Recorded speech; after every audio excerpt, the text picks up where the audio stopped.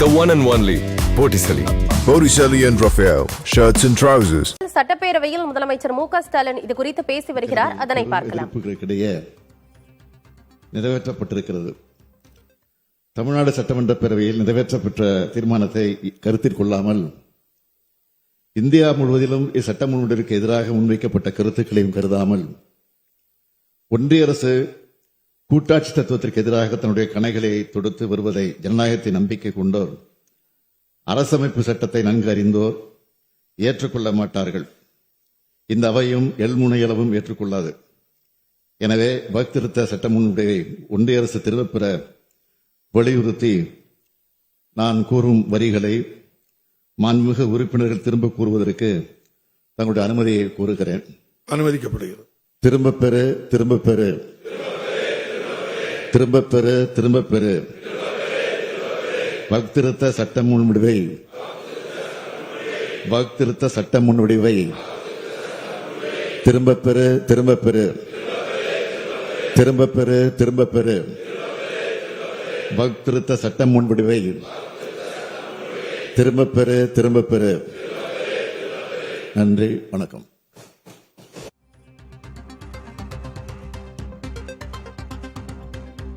வக்ஃப் வாரிய திருத்த மசோதாவுக்கு எதிர்ப்பு தெரிவித்து ஏற்கனவே திமுக, காங்கிரஸ் சட்டமன்ற உறுப்பினர்கள் சட்டப்பேரவைக்கு கருப்பு பேட்ஜ் அணிந்து வந்திருந்தனர். தற்போது முதலமைச்சர் மு க ஸ்டாலின் பேசியிருந்தார். அப்போது வக்ஃப் வாரிய திருத்த மசோதாவை திரும்ப பெறுக என முதலமைச்சர் கூற அவை உறுப்பினர்கள் மீண்டும் அதனை கூறினர். தகவல்களோடு செய்தியாளர் ஸ்டாலின் இணைந்திருக்கிறார். என்ன விவரம் ஸ்டாலின்? ஏற்கனவே குறிப்பிட்டபடி பாஜக உறுப்பினர்கள் இந்த அறிவிப்பை வெளியிடும் பொழுது பாஜக உறுப்பினர்கள் பங்கேற்கவில்லை. அதன் பிறகு இதற்கு தங்களுடைய எதிர்ப்பை பதிவு செய்யும் விதமாக பாஜக சட்டமன்ற குழு தலைவர் நயினா நாகேந்திரன் அவைக்கு வந்திருந்தார். இந்த வகுப்பு வாரிய சட்டத்திருத்த மசோதாவை பொறுத்தவரை தொடர்ச்சியாக அரசியல் செய்யப்படுகிறது என்ற ஒரு குற்றச்சாட்டை முன்வைத்திருந்தார். அதன் பிறகு அவர் அவைக்கு வெளியே வெளிநடப்பு செய்வதாக கூறி வெளியே வந்தார். அதன் பிறகு சபாநாயகர் அவரை கருத்து நிறுத்தி இது ஒரு பொதுவான அறிவிப்பு தான், தீர்மானம் அல்ல, அது வெளிநடப்பு செய்ய வேண்டிய அவசியம் இல்லை என்று சபாநாயகர் சொன்னதை அடுத்து இடைப்பிலே இருங்கள். தொடர்ந்து முதலமைச்சர் மு க ஸ்டாலின் சட்டப்பேரவையில் பேசி வருகிறார். வரலாற்றை மாற்றி அமைத்தவர்கள் சிலர்தான். அந்த சிலரில் தலைமகனாக போற்றப்படுபவர் காரல் மார்க்ஸ் அவர்கள்.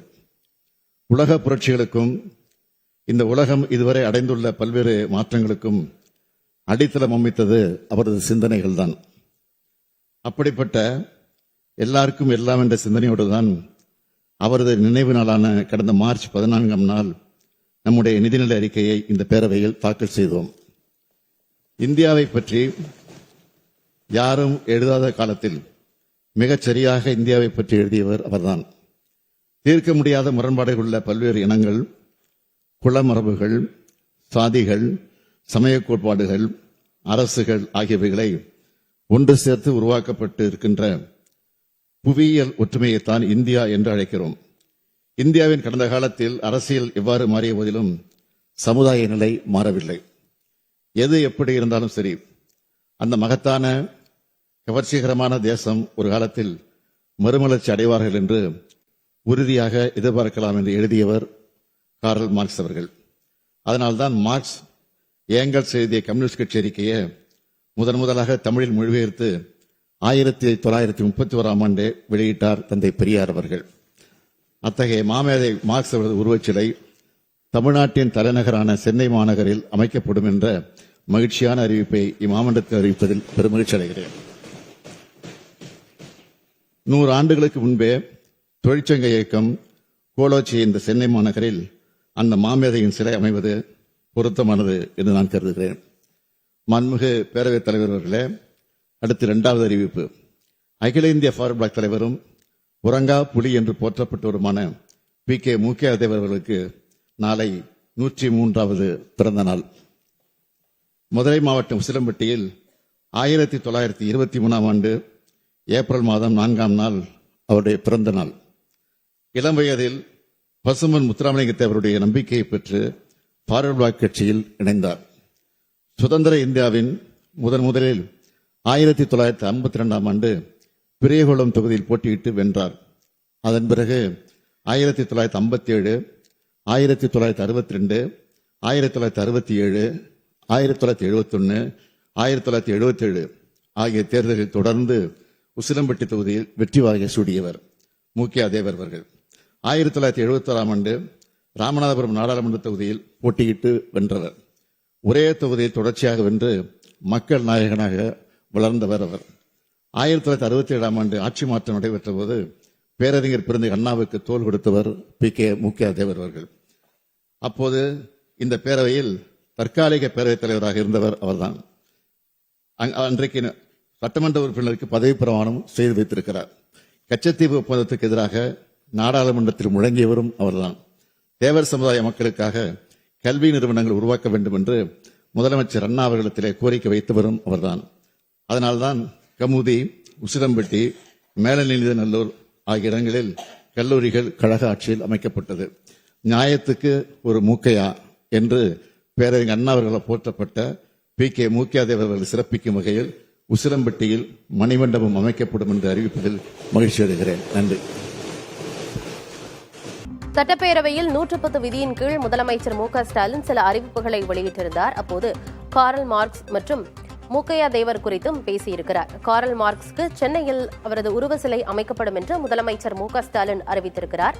மேலும் மூக்கையா தேவருக்கு உசிலம்பட்டியில் மணிமண்டபம் அமைக்கப்படும் என்கிற அறிவிப்பையும் 110 விதியின் கீழ் சட்டப்பேரவையில் முதலமைச்சர் ஸ்டாலின் அறிவித்திருக்கிறார். இதற்கு முன்பாக வக்ஃப் சட்ட திருத்த மசோதாவை திரும்பப் பெற வேண்டும் என்கிற முழக்கத்தை முதலமைச்சர் ஸ்டாலின் முன்வைக்க அவை உறுப்பினர்களும் அவரை பின்தொடர்ந்து கூறினர்.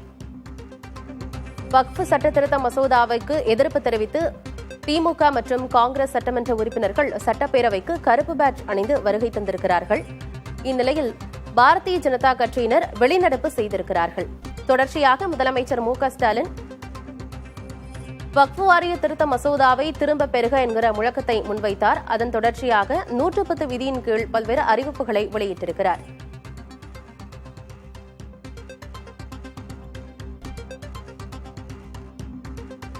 சென்னையில் கார்ல் மார்க்ஸ்க்கு உருவ சிலை அமைக்கப்படும் என்ற அறிவிப்பை முதலமைச்சர் ஸ்டாலின் அறிவித்திருக்கிறார்.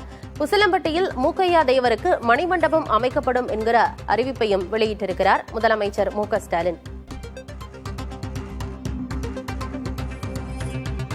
வக்ஃப் வாரிய திருத்த மசோதாவை நேற்றைய தினம் மக்களவையில் நிறைவேற்றம் செய்யப்பட்டிருந்தது.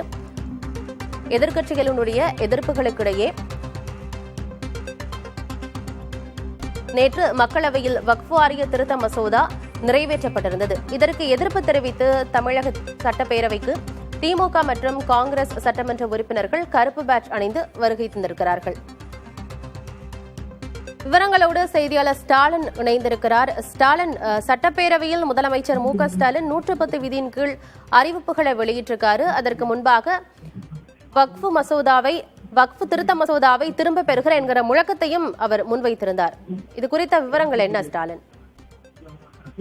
நீங்க குறிப்பிட்டபடி தமிழ்நாடு முதலமைச்சர் முதலாவதாக இந்த அறிவிப்பினை வெளியிட்டிருந்தார். வக்ஃப் வாரிய மசோதாவிற்கு எதிர்ப்பு தெரிவித்து திமுக சார்பில் உச்சநீதிமன்றத்தில் வழக்கு தொடரப்படும் என்ற அறிவிப்பை வெளியிட்டிருந்தார். அது மீது பல்வேறு கட்சிகளுடைய சட்டமன்ற உறுப்பினர்கள் தங்களுடைய கருத்துக்களை தெரிவித்த நிலையில் அதிமுகவும் இது தொடர்பாக தன்னுடைய ஆதரவை தெரிவித்திருக்கிறார்கள். 27ஆம் தேதி இந்த வகுப்பு சட்ட மசோதாவிற்கு எதிர்ப்பு தெரிவித்து தமிழ்நாடு அரசு சார்பில் ஒரு தீர்மானம் முதலமைச்சரால் கொண்டு வரப்படும்.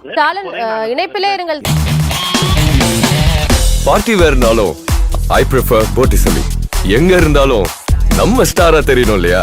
வெரைட்டியான கலர்ஸ், நியூ டிசைன்ஸ், அதுக்கு மேல ஸ்டார் லுக்.